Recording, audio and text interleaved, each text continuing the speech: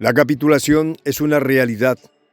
Las fuerzas enemigas agotadas y sin salida, y ojo con esta, enviadas por los aliados de Ucrania, han comenzado a rendirse en masa ante el avance imparable del ejército ruso. Lo que comenzó como un simple repliegue estratégico se ha convertido en una humillación pública para las unidades entrenadas en Occidente, quienes tras días de combate desesperado ahora buscan refugio. Las tácticas de cerco utilizadas por las fuerzas rusas han resultado devastadoras, atrapando a miles de soldados enemigos en lo que ya se conoce como el caldero de Sumi. Equipos de reconocimiento, artillería pesada y un despliegue abrumador de tropas han forzado a las unidades europeas a deponer las armas. Los detalles a continuación. ¿Quieres saber cómo se puede fundar la patria grande? Mira el final del video. La capitulación ha comenzado. Las tropas rusas avanzan con determinación.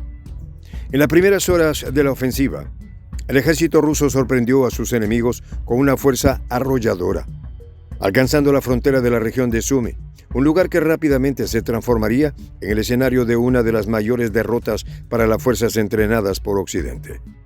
Las unidades europeas enemigas, entrenadas y equipadas en varios países de la OTAN, comenzaron a desmoronarse bajo la presión.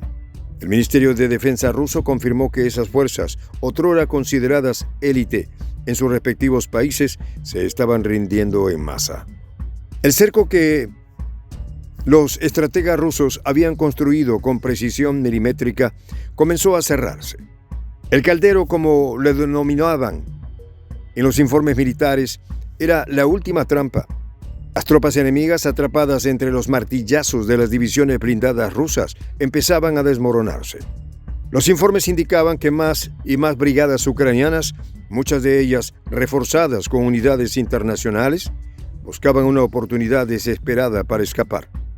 Sin embargo, el avance ruso hacia Kursk no solo fue devastador en términos militares, fue un golpe psicológico que quebró la moral del enemigo.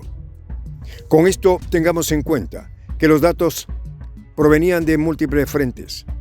La aldea de Tolstoy Lug, un asentamiento que se había convertido en un símbolo de resistencia para las Fuerzas Armadas de Ucrania, fue liberada. Las tropas ucranianas que habían convertido la aldea en un bastión tomaron como rehenes a más de 70 civiles, incluidos niños, con la esperanza de retrasar el avance ruso. Pero la liberación fue rápida y letal. Los combates calle por calle resultaron en una humillante retirada para las fuerzas ucranianas, dejando atrás equipo militar pesado que ahora pasaba a manos rusas. La imagen de los vehículos blindados abandonados en Tolstoy Lug fue el preludio de una capitulación mucho más amplia. Al sur de Sumi, los asentamientos de Novoynabovka y Plekovo también cayeron. Los batallones rusos avanzaban a un ritmo vertiginoso, tomando posiciones clave y consolidando su control sobre las rutas de suministro. La estrategia era clara: cortar las líneas de escape del enemigo, asfixiarlos lentamente hasta que la rendición fuese inevitable. El cerco no era solo físico, sino también táctico y psicológico. La moral de los soldados ucranianos estaba al borde del colapso. Las historias de cómo las unidades europeas entrenadas en Occidente abandonaban sus posiciones eran más que meras leyendas.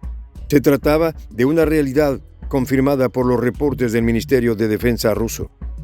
Una de las escenas más impactantes tuvo lugar en Lyubimovka, donde un batallón completo de las Fuerzas Armadas de Ucrania, compuesto por hasta 1,000 soldados, quedó rodeado sin posibilidad de refuerzos.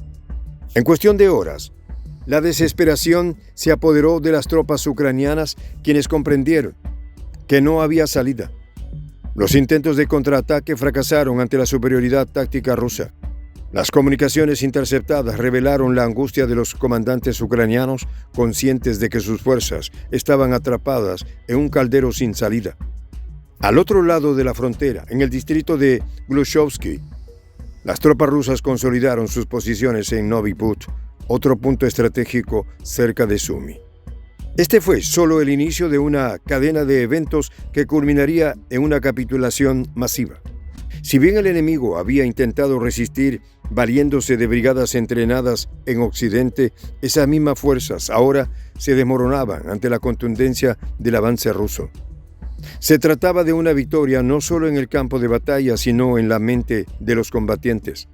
Las tropas rusas habían demostrado que las fuerzas entrenadas por la OTAN, aunque mejor equipadas, carecían de la voluntad para resistir un embate bien ejecutado. A medida que las horas avanzaban, los informes del Ministerio de Defensa ruso confirmaban que la presencia rusa en la frontera de Sumy no era pasajera. Este era solo el principio de una operación mucho mayor. Los expertos militares sugirieron que el siguiente paso lógico sería expandir la cabeza de puente en la región, asegurando no solo el control sobre Sumy, sino también previniendo futuras incursiones desde territorio ucraniano. Así también, los análisis estratégicos señalaban que el terreno en la región de Sumy, con sus densos bosques y áreas rurales abiertas, ofrecía tanto oportunidades como desafíos para las tropas rusas.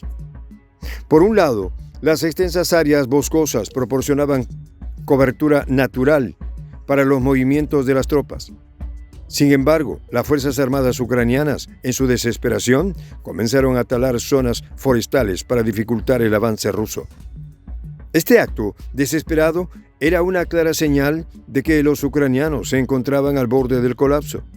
No obstante, expertos en tácticas militares rusos aseguraron que la tala de los bosques no detendría el avance, sino que los retrasaría brevemente.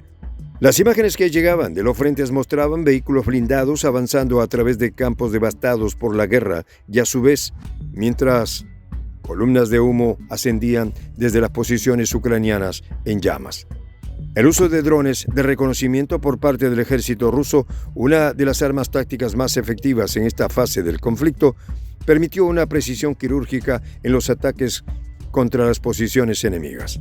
En más de una ocasión, los drones identificaron posiciones claves del enemigo, lo que permitió ataques coordinados con artillería pesada y bombardeos aéreos. Con esto, el poderío de la artillería rusa, una de las claves del éxito en esta operación, quedó demostrado en cada fase del avance. Y así los informes confirmaron que los sistemas de misiles Smerch y Tornado fueron utilizados con devastadora efectividad, impactando directamente en los centros de comando y control de las fuerzas enemigas.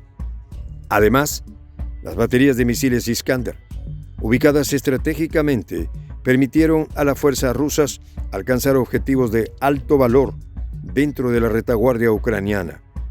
Sobre todo, porque cada ataque debilitaba más la capacidad de resistencia del enemigo. En esta comunidad nos juntamos para, por ejemplo, conversar, interactuar, tener puntos de idea distintos, pero por ejemplo también tenemos un club de lectura donde leemos fragmentos de libros que consideramos que son importantes para crecer intelectualmente. También, por ejemplo, hacemos algo como lo que hace nuestro amigo el jefazo ahí en Bolivia. Les cuento la experiencia que me parece fascinante. Él tiene un restaurante ahí en Bolivia. Y en ese restaurante, ahí viene lo que tiene, un televisor. Y ustedes dirán, pero qué impresionante, ¿en qué contribuye que un restaurante tenga un televisor ahí en Bolivia? Una cosa muy importante, porque él, cada vez que abre su negocio, prende su televisor y pone los videos de prensa alternativa. Con eso, todos los días, poco a poco, con pasos muy concretos, él hace que toda la gente que vaya a su restaurante vaya insumiendo el concepto de la patria grande. Y así, pasito a pasito, estamos construyendo la patria grande. Son esos pasos pequeños pero concretos que hacen posible que el proceso de la construcción de la patria grande sea algo que ya comenzó. Un hecho dinámico que no tiene retorno en la historia. Y de verdad, a nosotros nos gustaría que tú seas parte de esa propuesta. ¿Qué tienes que hacer? Muy simple. Dale clic en el botón unirse. De hecho, al hacerlo también contribuirás con una pequeña cantidad de dinero que permitirá que Prensa Alternativa produzca más y mejores videos. De verdad que te esperamos. La patria grande se va a construir cuando tú y yo y toda la gente de buena voluntad de América Latina y el Caribe comencemos a ser comunidad.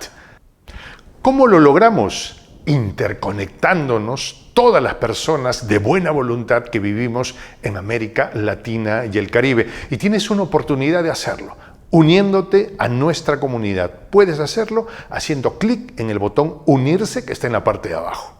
Soy el J, Juan José del Castillo, director del canal Prensa Alternativa. Si quieres ser parte de la comunidad de la Patria Grande, suscríbete a nuestro canal. Si es que quieres que te lleguen las notificaciones cada vez que subimos un video, activa la campanita. Si quieres apoyar a nuestro canal económicamente, puedes hacerlo a través de PayPal. El enlace está en la descripción del video.